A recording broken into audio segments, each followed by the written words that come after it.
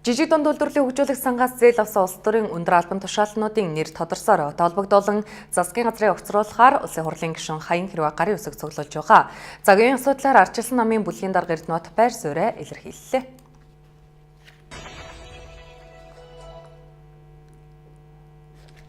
Ардчилсан намын бүлэг засгийн газрыг огцруулах, хариуцлага тооцох шаардлагатай гэсэн байр суурийг илэрхийлсээр иржээ. Одоо ч энэ байр суурь хэвээрээ байгаа юм байна. Мөн 60 тэрбумын асуудлаар ээлжид бус чуулган хуралдуулах шаардлагыг ч тавьж ирсэн. Энэ шаардлагач мөн өнөөдөр хэвээрээ байгаа хэмээн бүлгийн дарга тодтоглоо. Нэг тийшээ болсон дээрээ засгийн газар огцруулах хэрэгтэй гэсэн байр суурийг ардчилсан удаа дараа илэрхийлсэн. Сүүлийн үед болж байгаа энэ эрх баригчдын дотоод асуудал ардчилсан оролцохгүй байгаа. Бид ягаад гэвэл энэ асуудал нь бүрийн хямралын зэгтээ хүрэхээс өмнө бид өөрсдийнхөө байр суурийг тодорхой илэрхийлсэн. Энэ байр суурь өнөөдөр илэрхийлж байгаа гэж харж байна.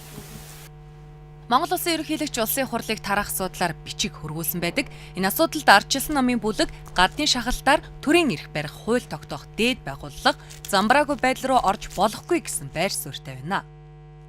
Улсын хурл тарах дээр болох юм бол өөрөө тарах хэрэгтэй. Үндсэн хуулийнхаа хүрээнд.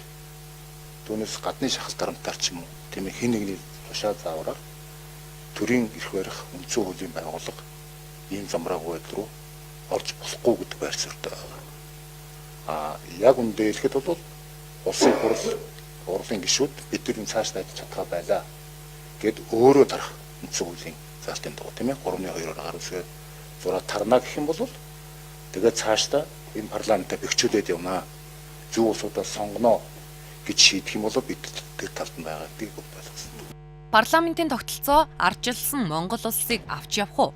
Эсвэл нэг хаантай болох уу?